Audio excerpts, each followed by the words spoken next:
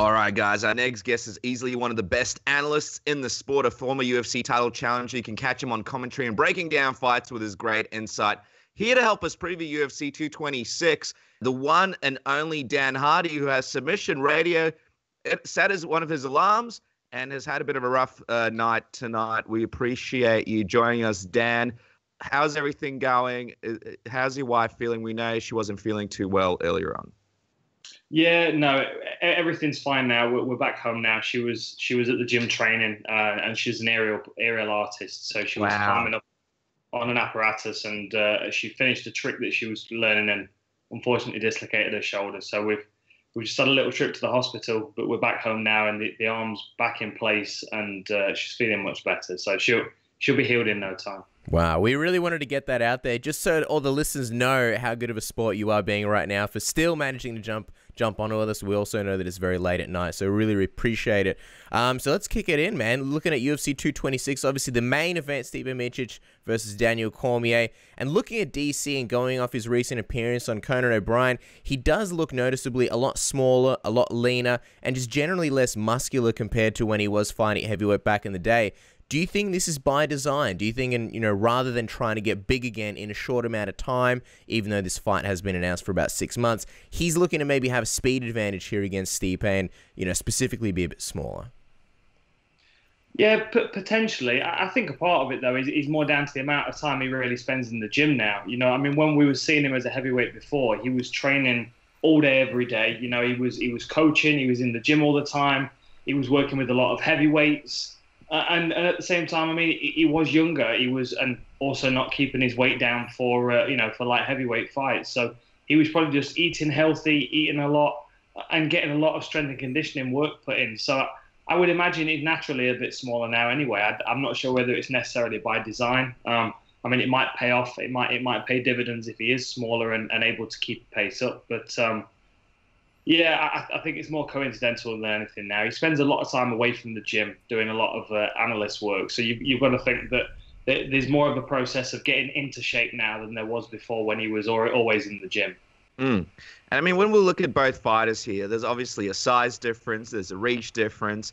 And we've seen DC sort of navigate these waters with Jon Jones, for example. But coming in here against Stipe, how well do you think he'll be able to do, especially with Stipe's footwork? And also, obviously, Stipe will probably have a bit more power than Jon Jones. How much do you think that will affect the fight and sort of deter DC from opening up? I think it changes it a lot. And I don't think there's... If I was in DC's corner, realistically, I don't think I'd take a lot of confidence from his performances against Gustafsson and Jon Jones. Obviously, there are certain things he does very well against those guys. Head movement, obviously, is one of them. I talked about it on the inside of the octagon, getting inside their reach, getting his head close to their elbow so you know that you're in a safe zone is a much better place. Jon Jones tends to throw elbows only when he's in charge.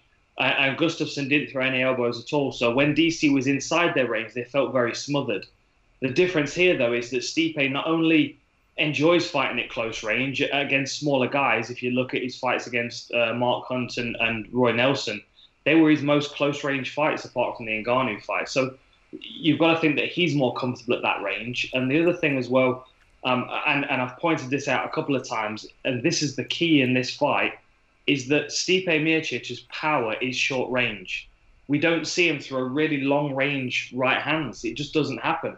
When he throws his power punch, he knocks people out with it, but it's usually at a very short degree. You've got to think the Andrei Arlovski one was probably a 90-degree bend in his arm. The Junior Dos Santos was slightly longer, slightly more of a bend in the arm, but not a great deal. And if you watch him hitting pads as well, there's a drop-off on his right hand. It fires out really powerful to this kind of range and then drops off immediately. So with DC being so good at head movement, but also so good at getting inside a long reach, he's going to be expecting a longer reach from Miocic, which is not going to be there. And the danger zone where he's slipping his head through is exactly where Miocic puts his right hand. So I think he has to change his tactics in this one if he's going to close that distance quickly and put his get into a dirty boxing range and wrestle. He's got to be a lot more cautious about his head movement. And I was going to say, you mentioned the dirty box and wrestle. Obviously, DC's good in the clinch in that dirty box. Does it you add more sort of warning signs to when he's exiting those positions as well, because you mentioned how Stipe doesn't need that distance to throw his strong shots. Do you think there's a possibility that if DC gets careless when he's exiting or entering one of those clinch positions, things could get pretty rough for him? Absolutely. And the other thing that you'll notice again, go back to the Roy Nelson-Stipe fight, when Roy was trying to find his way out of the clinch is when Stipe is the most aggressive. So a sign of DC exiting the clinch for Miocic, I think automatically is this guy's trying to get away from me, I'm going to put it on him. So that's going to be a massive danger zone for DC. And then, when Miocic is chasing somebody down, his reach does come into play because it closes distance with those punches. His weight follows it, and that's where the power is. But he can certainly touch you at the end of his reach, and that's a good thing to keep someone on the back foot. So, I mean, ultimately, you've got to think that Miocic is probably going to be the one that's trying to maintain some range, but then catch DC as he closes distance. And I think that if DC is going to enter into a clinch, he's got to assume that the only way out of that clinch is if he's striking himself, or if he's exiting with perhaps a lower body attack or a single leg, something like that. And I guess the interesting thing is when you sort of compare opponents, the closest that DC has come to facing someone like Stipe is maybe an Anthony Johnson. However, Stipe hasn't really faced anyone like DC, or if you look through his record, he hasn't really faced many or any pure wrestlers for that matter. And, given the guys like, Junior Dos Santos, Gabriel Gonzaga, even Joey Beltran many moons ago were able to land takedowns on Stipe. How do you think Stipe will be able to handle DC forward pressure and relentless takedowns if DC is able to get in on him and is able to, say, take him down? And do you think if he does take him down, will DC be able to hold him down for extended periods of time? Well, I think one thing that I am expecting is that Stipe's takedown offense is going to be much improved. In those early days, even you go back to the Struve fight, he was a bit more reckless. He was a bit more rough around the edges. He's become far more refined in this recent streak that he's put together, especially since he's been the champion. He's more certain and more sure of himself. His confidence is on a high. And he also knows where his strengths and weaknesses are in the fight as well, which I think is important especially for a heavyweight, because you've got to be aware of those danger zones. And he knows what DC brings to the table. Every single one of DC's fights the same because he's only got one way of fighting, and that is close distance, big looping overhand shots into a dirty boxing range, and then he wrestles. And if he can take you down, he'll hold you down, and he'll just beat you up until you quit. We've not seen quit in Miocic, though. And obviously Anthony Johnson twice, he's been able to maul Anthony Johnson and beat him up to the point where he offers a rear naked choke. But we've not seen that from Miocic. And I would be concerned that would be an issue if we'd seen Miocic beat Ngannou in 2 rounds. But we saw him comprehensively beat him for 25 minutes against a very big, dangerous guy.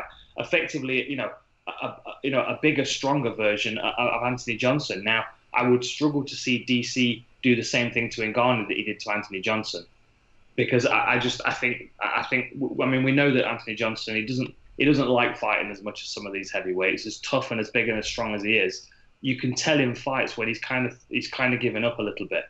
But Ngannou never quit, not once against Miocic. He kept fighting till the end. But Miocic was able to match that pace against a much bigger man. And the same thing that's always been said in boxing. I know I'm rambling. I'm going to make my final point now. Oh, no, take your time, man, dude. We love it. This is the best part. It's late at night. My brain races like yeah. You're best on the worst time. My boxing coach always used to say to me, the good big man beats the great little man. And although obviously DC might step on the scales at around 240 and probably match Stipe's weight a little bit, he's still the smaller man. As you said, he's 5'11", Stipe's 6'5". Stipe's got an 8-inch reach advantage, which, although he doesn't use that in the striking range, when it comes to wrestling, when it comes to building frames and posting and, digging underhooks and stuff, those long levers are quite useful. It's a lot of work for DC to hold a man like that down for 25 minutes. And obviously as well, you mentioned the fact that it's 25 minutes. DC will probably have to lean heavily on his wrestling. We've seen Stipe, he got pretty tired in that Ngannou fight because he was wrestling a really, really big man for quite some time. But who do you anticipate sort of gasses out first in this 25-minute fight? Do you think it will be Stipe? I mean, do you think it will be DC because you have to rely so heavily on his wrestling? Or do you think it will be Stipe if DC is able to get him down and sort of keep him down? I think they're both going to get tired. I think we're probably going to be going into the third round. I think DC is going to open pushing Miocic to his limit for 2 rounds. I can see Miocic looking tired at the beginning of the third, and we're going to all sit there and wonder which one of these is going to pull through. And for me, the one defining factor is the fact that Miocic can knock you out with one punch. DC's always got to close that distance. He's always got to brawl his way into a wrestling match, and he's always got to get you to the floor. Like, we're not seeing him knock people out with one punch, and not since Patrick Cummins. You know what I mean? He's not a big puncher. He's a volume puncher. He breaks your soul instead of your face. And Miocic is the other way around. He'll hit you with one shot, and you won't know what day it is. And I feel like he maintains that power because it seems so effortless for him. I was talking to my friends who build the show with me, the Inside the Octagon show, and John Gooden, obviously. And I was saying, you watch Miocic's fights, and the finish of his fights, it looks like 2 kids in a schoolyard fighting, and one's finally caught the other one and beaten him, because they're not full power punches. He doesn't wind up. He hits like this. It's like a jackhammer. You watch his fight against Alistair Overeem, where he's got him on the floor. He's literally over him, and he just goes bang, bang, bang, bang, switches him off. And that short range power that we saw him using going backwards against Fabricio Verdum, that we've seen him use going forward so many times, it's obvious that power is pure arm power alone. So that's easy to maintain. It's not an Anthony Johnson punch where you need that big wind up to throw it. You need that. It's a short pop. And every time DC closes that range and starts moving his head across that center line, that danger is going to be there for the full 25 minutes, even if Stipe's tired.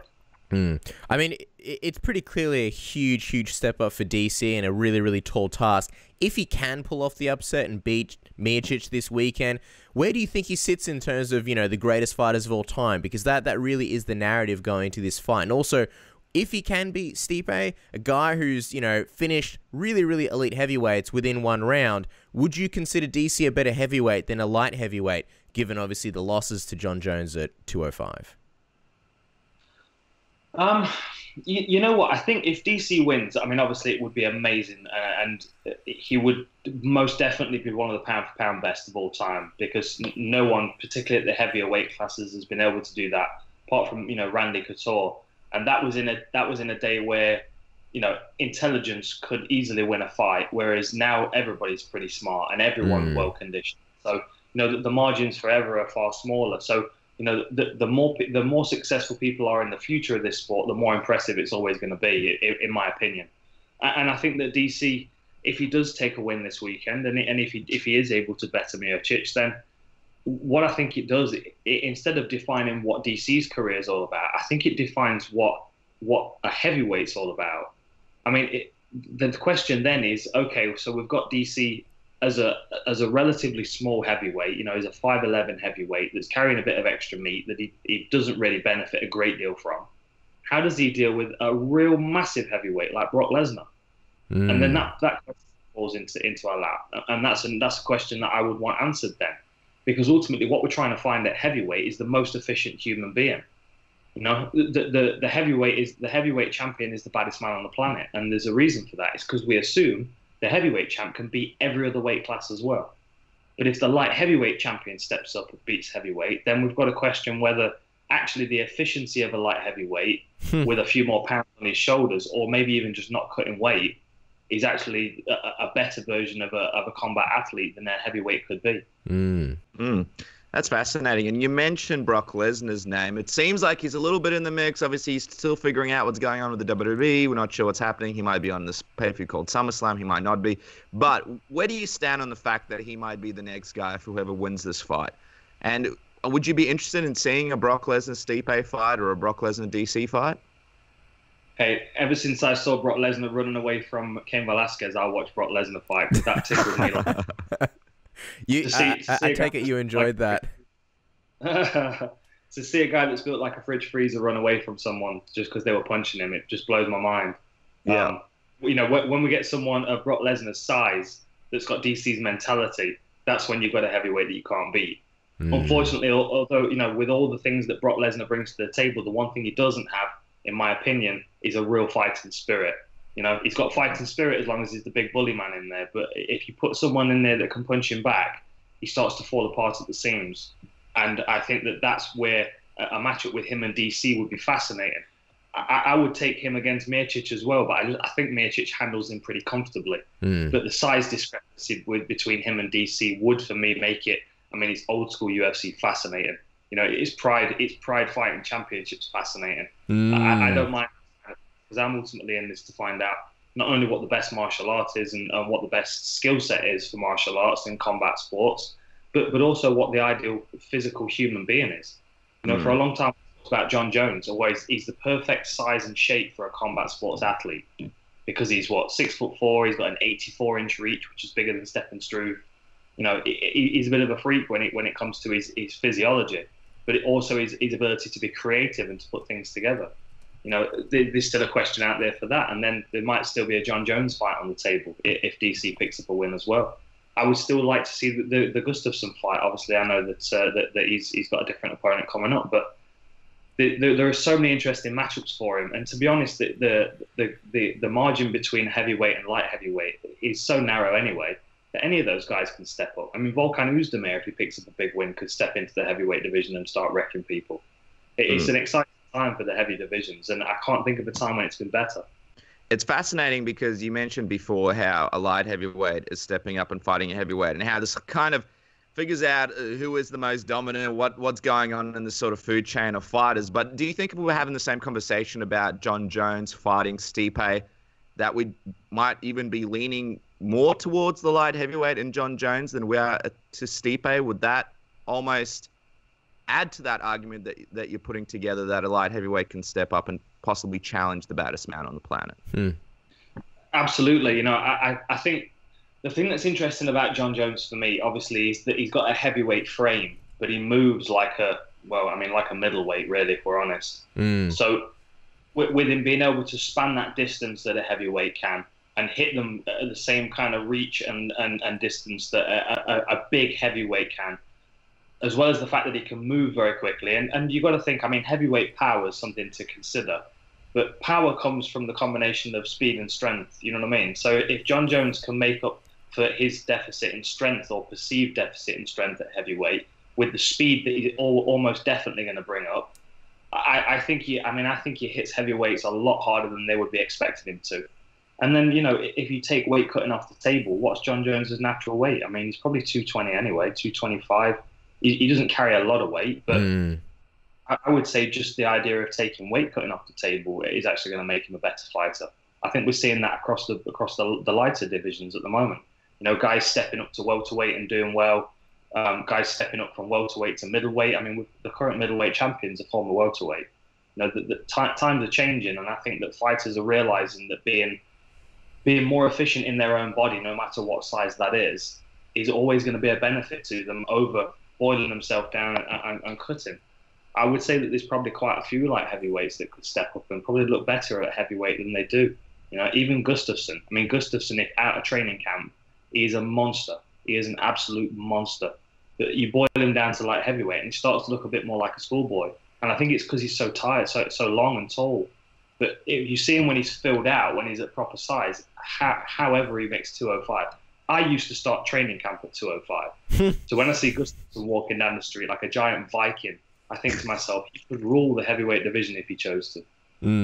And it's crazy, even like what you mentioned before, controversy aside, to think that John Jones could potentially be even better, and if a weight cut is holding him back even a little bit, is just a scary thought. But we got to obviously talk about Max Holloway and Brian Ortega, the other big one.